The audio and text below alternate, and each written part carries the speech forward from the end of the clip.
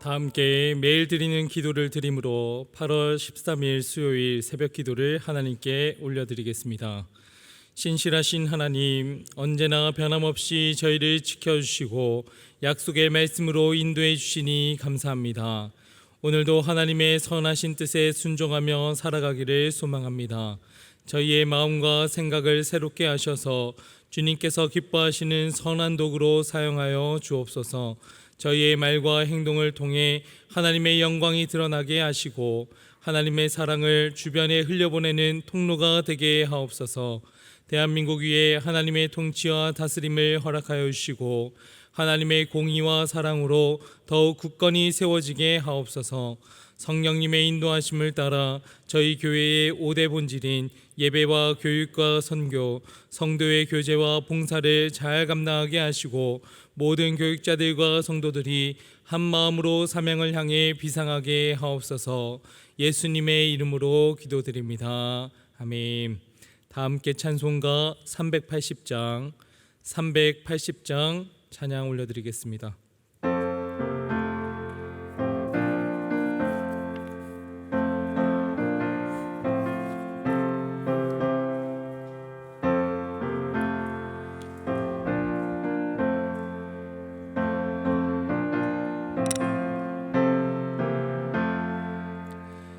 나의 생명 되신 주님 앞에 나아갑니다.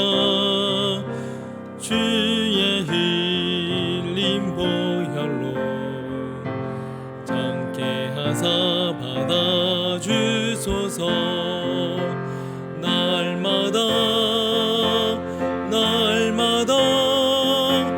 주리 찬송하겠네. 주의 사랑 줄로서 나를 굳게 잡아 매소서. 괴로운 세상 지낼 때 나를 인도하여 주소서. 주리 믿고 나가면 나의 길을 잃지 않겠네. 날마다 주리 찬송하겠네.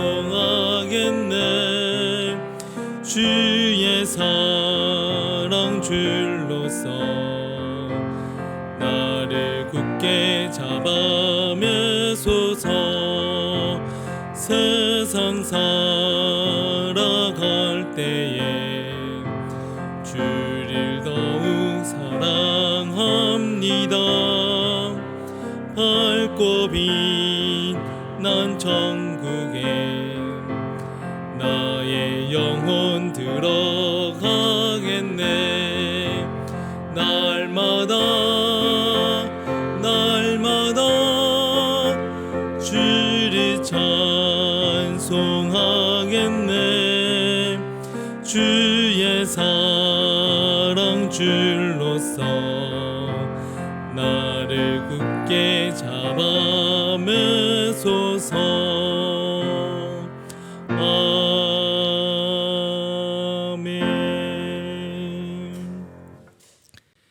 오이코스 성경 통독은 예레미야 40장부터 42장까지의 말씀입니다. 오늘 저희에게 주는 하나님 말씀은 구약성경 예레미야 40장 4절 말씀입니다. 예레미야 40장 4절 말씀을 한 목소리로 합독하겠습니다. 보라, 내가 오늘 내 손에 사슬을 풀어 너를 풀어주노니 만일 내가 나와 함께 바벨론으로 가는 것을 좋게 여기거든 가자, 내가 너를 선대하리라. 만일 나와 함께 바벨론으로 가는 것을 좋지 않게 여기거든 그만두라. 보라, 온 세상이 내 앞에 있나니 내가 좋게 여기는 대로 옳게 여기는 곳으로 갈지니라 하니라. 아멘. 평안한 밤 되셨습니까? 하나님의 은혜로 촉촉하게 적셔진 새벽입니다. 하나님의 말씀을 나누고 또 한자리에서 기도하는 이 자리 가운데 하나님께서 성령님께서 우리의 마음을 촉촉하게 적셔 주시리라 믿습니다.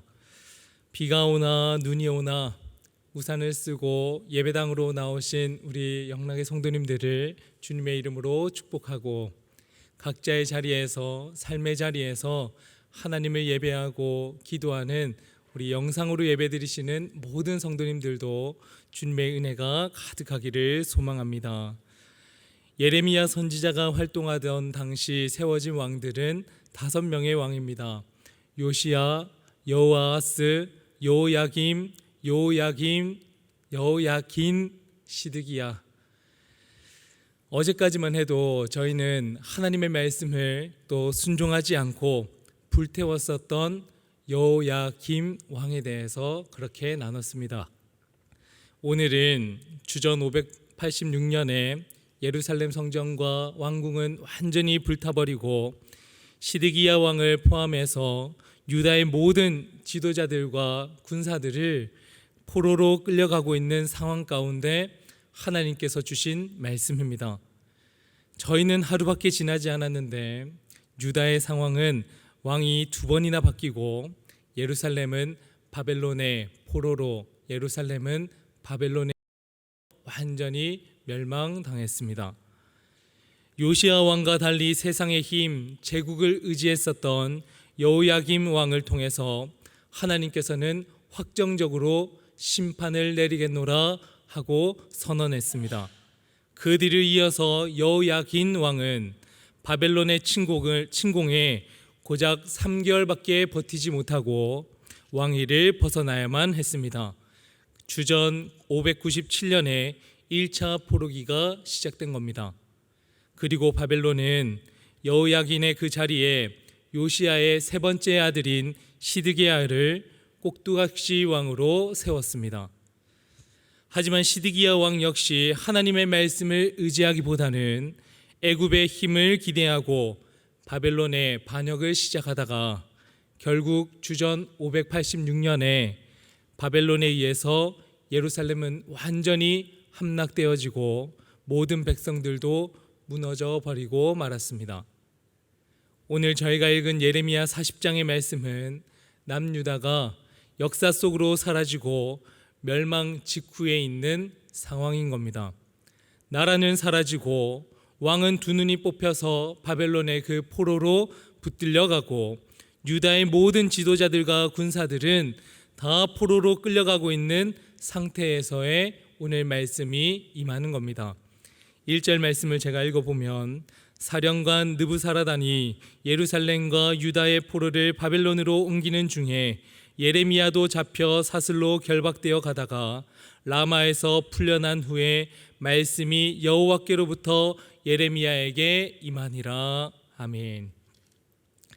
예레미야 선지자도 다른 포로들과 마찬가지로 사슬에 묶여서 바벨론으로 끌려가고 있던 중입니다. 이러한 상황에 하나님의 말씀이 라마에서 예레미야에게 임한 겁니다. 라마는 예루살렘 북쪽의 베냐민 땅에 위치한 작은 성읍입니다. 라마는 예루살렘에서 포로로 끌려가는 길목이자 고향과 이방 땅을 가르는 마지막 관문입니다.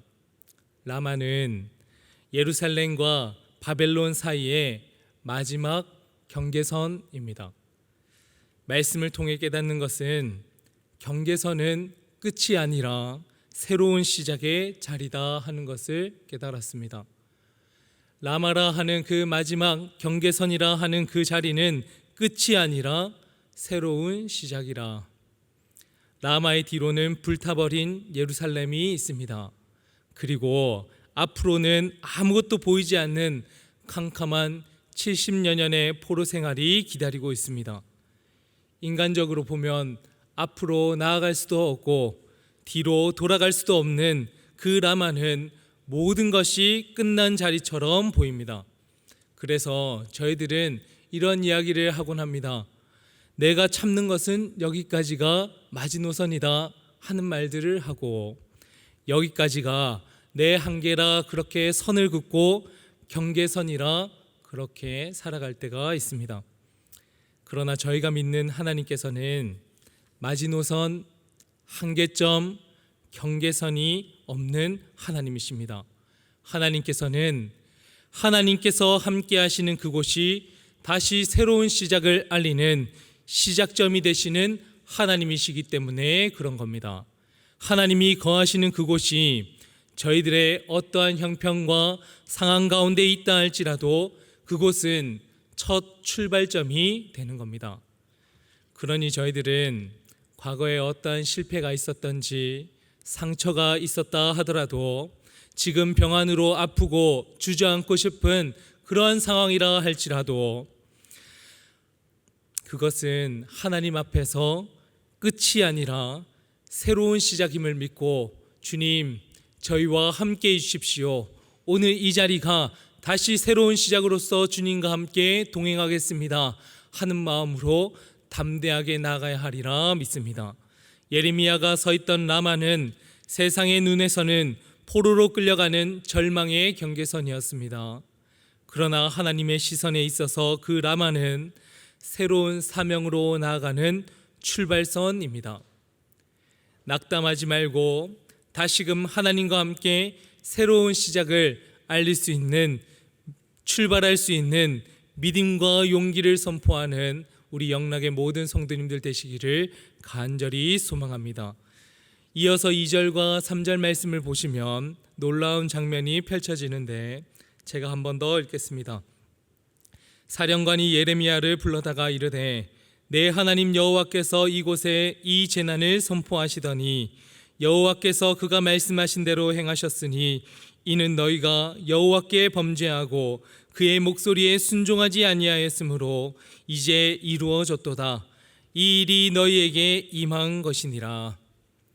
놀라운 것은 하나님의 백성들, 하나님께서 세운 그 왕들조차도 하나님을 인정하지 않았는데 이방 바벨론 장군인 느부사라단이 하나님의 말씀을 인정하고 하나님의 말씀을 선포하고 있는 겁니다.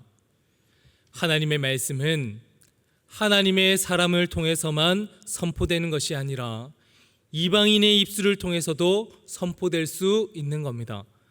이 재난은, 이 포로기의 시작은 너희가 여호와께 범죄하고 하나님의 목소리에 순종하지 아니하였으므로 이제 이루어졌도다. 이 일이 너희에게 임한 것이라. 바벨론의 느부사라단 그 장군의 입술에서 나온 말씀입니다. 하나님의 말씀은 신실하기 때문에 하나님을 믿지 않는 자의 입술을 통해서도 심지어 원수인 나라인 바벨론의 입을 들어서도 하나님께서는 그분의 계획하심과 그분의 약속을 분명하게 성취하시는 하나님이라 하는 것을 깨닫게 됩니다. 중요한 것은 하나님의 뜻을 깨닫는 것, 중요한 것은 하나님의 뜻은 성취된다 하는 것이 중요한 것입니다. 그렇다면 저희는 하나님의 그 신실하신 말씀과 그 선포 앞에서 어떻게 반응하고 어떠한 결단을 가지고 삶을 살아야 할까 하는 질문을 가집니다. 오늘 본문의 4절 말씀은 다 같이 한번 읽겠습니다.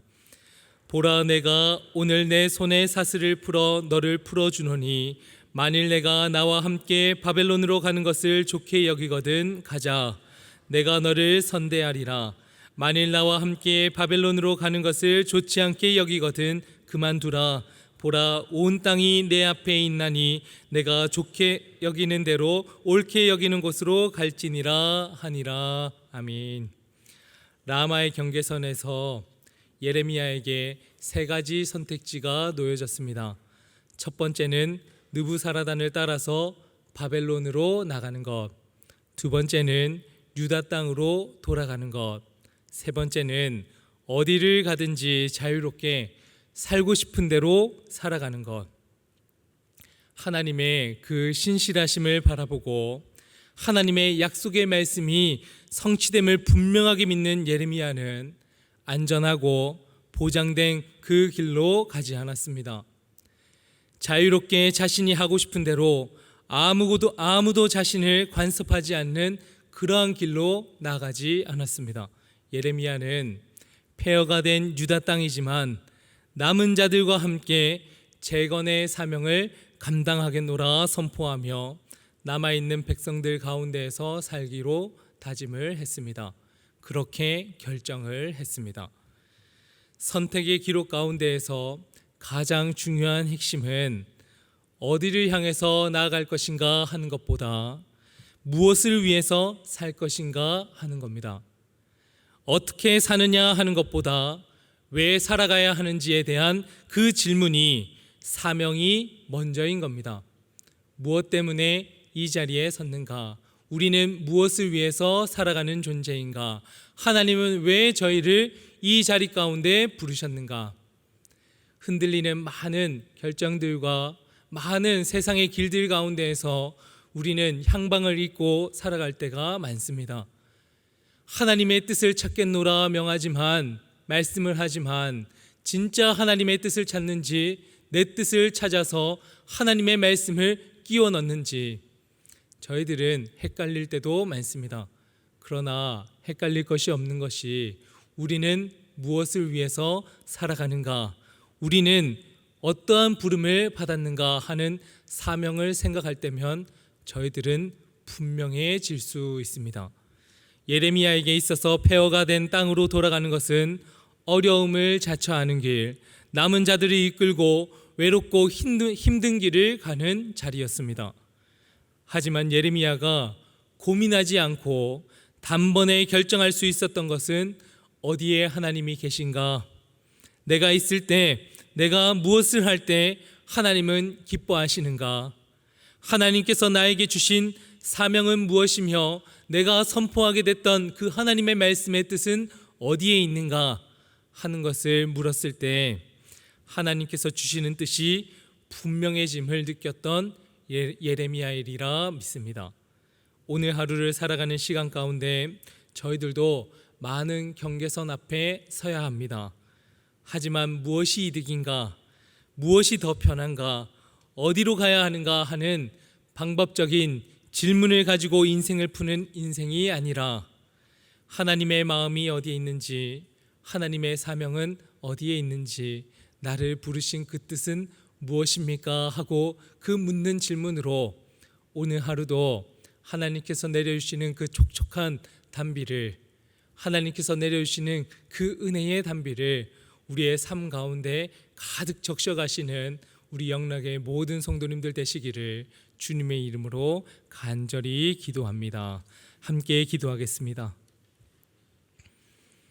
사랑의 하나님, 저희는 세상을 살아감 가운데 안정된 직장 속에서 계속 일할 것인지, 새로운 도전을 할 것인지, 관계의 갈등 속에서 화해의 길을 선택할 것인지 등을 돌릴 것인지, 세상에서 인정받는 길을 갈 것인지 믿음 때문에 손해를 감수할 것인지 많은 경계선 앞에서 두려워하거나 주저하고 혼란에 머무를 때가 있습니다.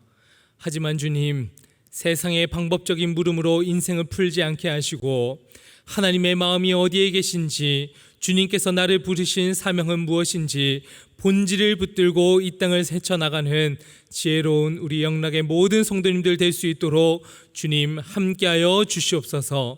오늘도 주님이 함께하시는 이 자리가 저희의 시작점이 되게 하시고 포기하고 싶은 경계선 앞에서도 새로운 출발을 보게 하여 주시옵소서. 주님과 동행하는 그 자리가, 하나님께서 함께 하시는 그 자리가 새로운 시작이며 새 첫 출발임을 믿으며 오늘도 주님 세상을 향해서 나갑니다. 주님 함께하여 주시옵소서. 감사드리며 예수님 이름으로 기도합니다. 아멘. 이제 다 함께 작은 소리로 합심하여서 기도하겠습니다.